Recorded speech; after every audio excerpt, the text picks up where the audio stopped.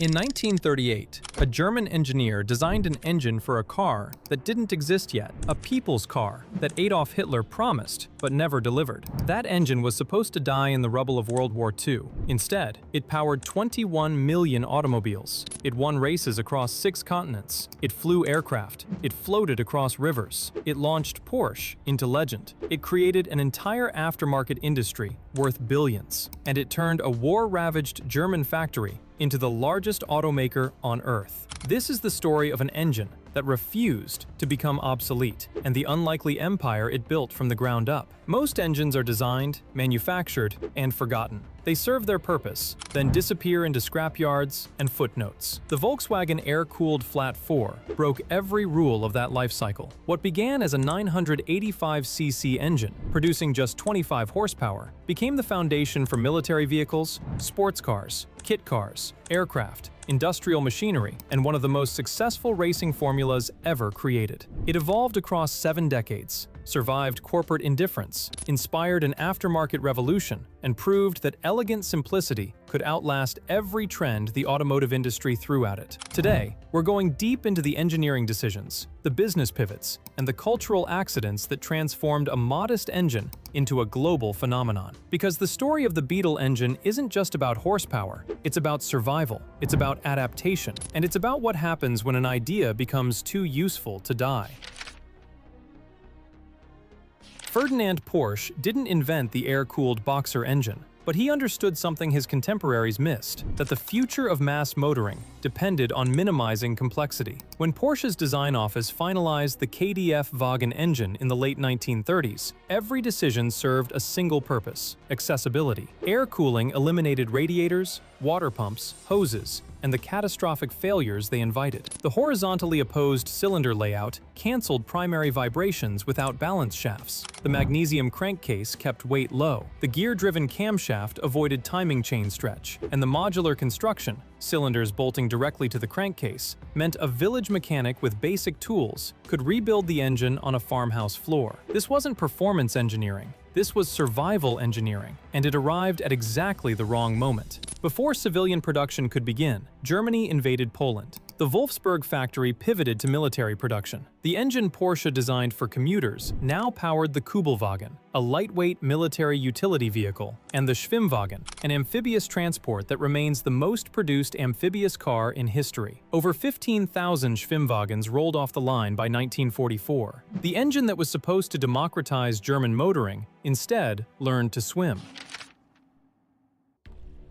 When the war ended, the Wolfsburg factory lay in Allied-occupied territory, bombed, looted, and worthless on paper. British administrators initially planned to dismantle it for reparations. Then Major Ivan Hurst saw something no one else did. The British Army needed transport vehicles. The factory had tooling. The workforce had nowhere else to go. Hurst convinced his superiors to restart production, not for Germany, but for occupation forces. By late 1945, Beetles began rolling off the line again. And here's where corporate history pivots on a single decision. The British government offered the factory to Ford. Ford's engineering team examined the Beetle, declared the car and its engine commercially unviable, and walked away. Roots Group passed. Fiat passed. Every major automaker in Europe looked at that air-cooled Flat 4 and saw a dead end. They saw an engine too simple to compete. What they missed was an engine too simple to fail. Heinrich Nordhoff, a former Opel executive, took control in 1948. He didn't redesign the engine.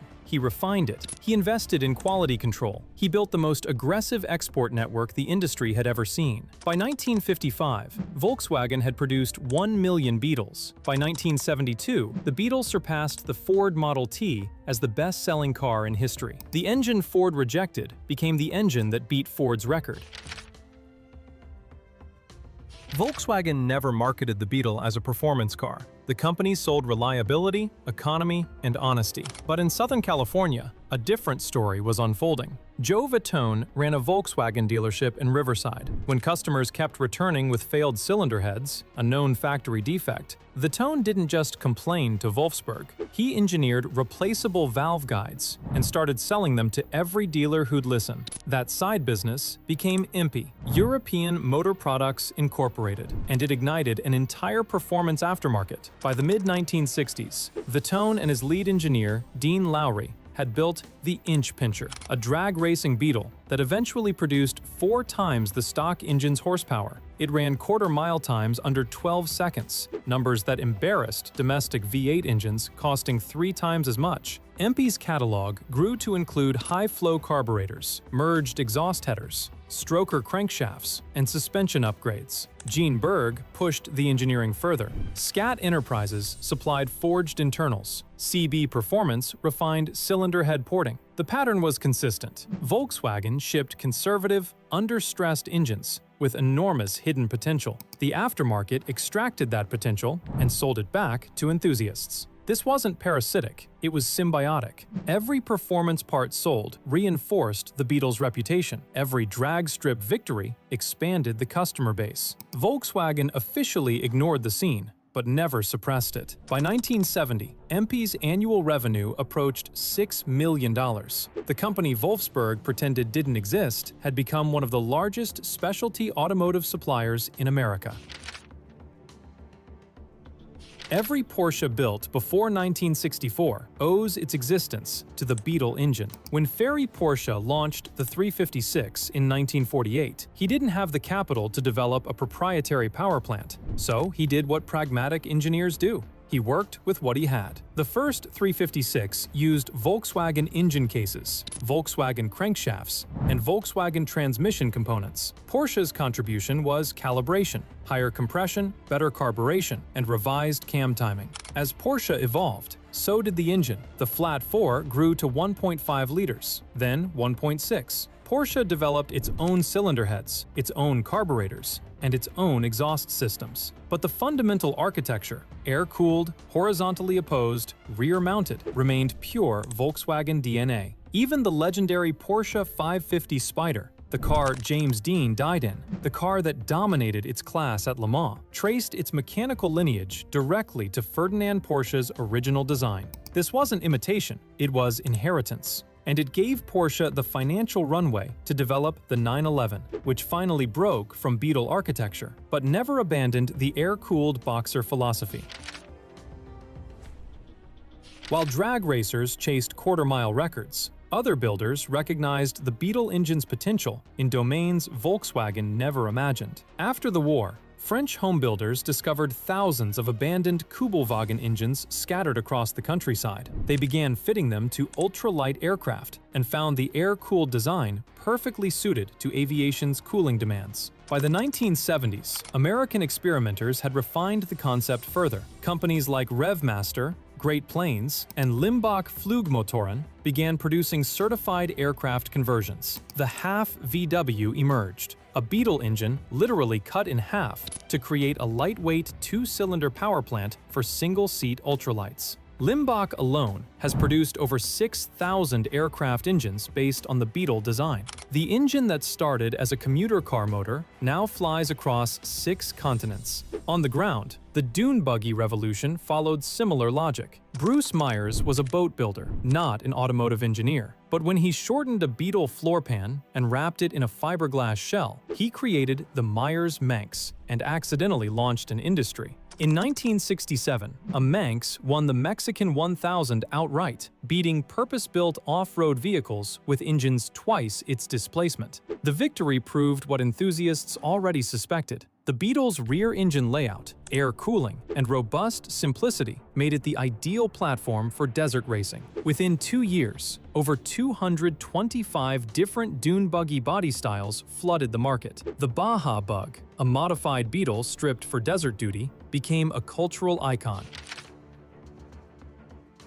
Formula Vee began as a cost control experiment. It became a proving ground for world champions. In 1959, Florida Volkswagen dealer Hubert Brundage commissioned Italian constructor Enrico Nardi to build a single-seat racer using stock Beetle components. The result was absurdly slow by contemporary standards and absurdly affordable. The SCCA sanctioned Formula Vee in 1963. The rules were strict: stock 1200cc engine, stock transmission, stock front suspension, and stock brakes. The only variables were chassis design and driver talent. That constraint became the formula's genius. Because the cars were mechanically identical, Formula Vee rewarded racecraft over budget. Young drivers with limited resources could compete against wealthy amateurs on equal terms. The series became the most democratic entry point in professional motorsport. Niki Lauda raced Formula Vee. So did Emerson Fittipaldi, Nelson Piquet, and Keke Rosberg. 4 Formula One world champions cut their teeth in cars powered by 40-horsepower Beetle engines. Formula Super V, launched in 1970, allowed larger displacement and eventually became a direct feeder to IndyCar. Al Unser Jr., Arie Luyendyk, and Michael Andretti all competed in Super Vs before reaching the top tier. The Beetle engine didn't just power racing cars, it identified racing talent.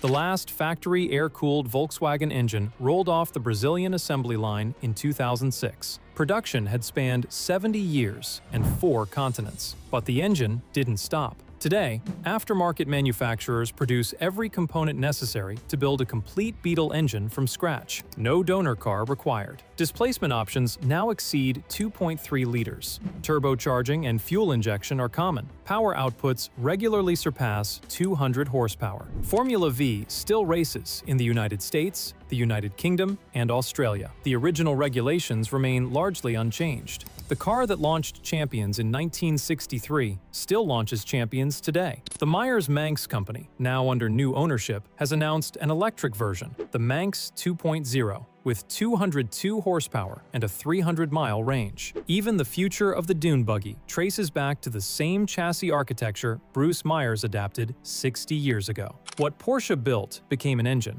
What Nordhoff sold became an industry. What EMPI modified became a culture, and the culture never stopped. The Beetle engine succeeded because it solved problems that didn't change. People still need reliable transportation. Racers still need affordable entry points. Builders still need platforms they can modify without corporate interference. Pilots still need lightweight, air-cooled power. The engine Ferdinand Porsche designed in the 1930s didn't anticipate any of these applications, but its fundamental architecture, simple, robust, modular, made every adaptation possible. That's not luck, that's engineering. If this story changed how you think about automotive history, subscribe and hit the notification bell. We go deep on the vehicles, the decisions, and the consequences that shaped the industry. Share this with someone who's ever turned a wrench on an air-cooled Volkswagen, or someone who should. And if you've got a Beetle engine story of your own, racing, flying, surviving, drop it in the comments. The community here knows its history. We'll see you in the next one.